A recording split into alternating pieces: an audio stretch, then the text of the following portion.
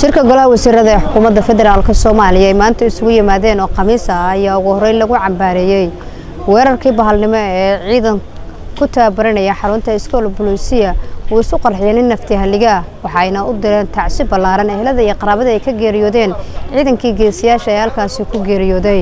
waxay sheegeen in dhimashadu ay gaarayso 17 qof isla mar ahaantaana dhaawacna inta ka badan yahay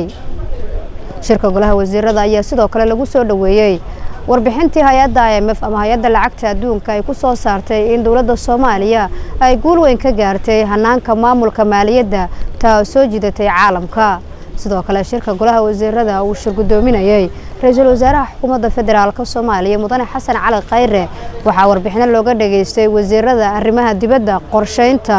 iyo boosada isgaarsiinta kuwa dhamaantood ka warbixiyay howlaha muhiimka ah ee u socda wasaaradooda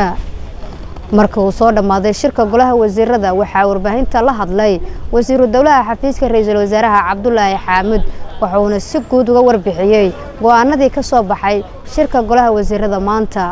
golaha wasiirada loogu tacsiyay dhibaatadii saaka ka dhacday dugsiga tababarka booliiska General Kaahe nin ciidan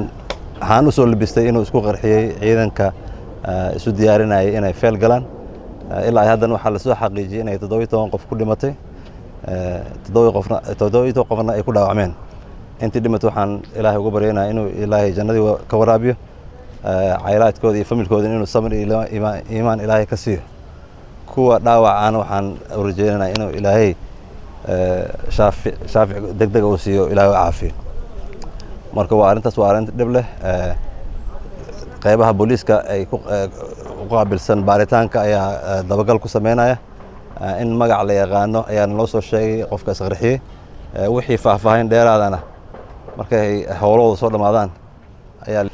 kadibna waxaan warbixin kooban oo aan ka dhageysanay wasiirka dekedaha oo iyadana ku maqnayd magaalada London oo ay uga qayb gashay hay'adda badaha adduunka oo aan Soomaaliya xubin ka tahay waa hay'adaha anaga aan fariisin jirno 20 dhowr sano aan ka maqnayn waxaa jira deeman yar oo dawladda lagu leeyahay ay tahay inay iska bixiso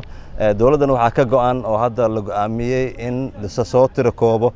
wasaaradaha ay internationalka organizationka ay ka qayb galaan oo dhan soo ogaadaan deemanka ay lagu ciidamada booliiska ay soo bandhigeen isu diyaar garowga marka ay ciidamada AMISOM ay wadankan ka bixi doonto oo shaqadeeda ay socotay iyo faa'iidooyinka booliiska ay leeyihiin tiradooda agabkooda wixii ayaa laga hadlay si ay dawladda iyo wadankaba isu diyaariyaan inay la wareegaan arrimaha ammaanka gudaha iyo arrimaha difaaca wadankaba Nasr Bashiir Cali warbaahinta qaranka xarunta madaxtooyada magaalada Muqdisho.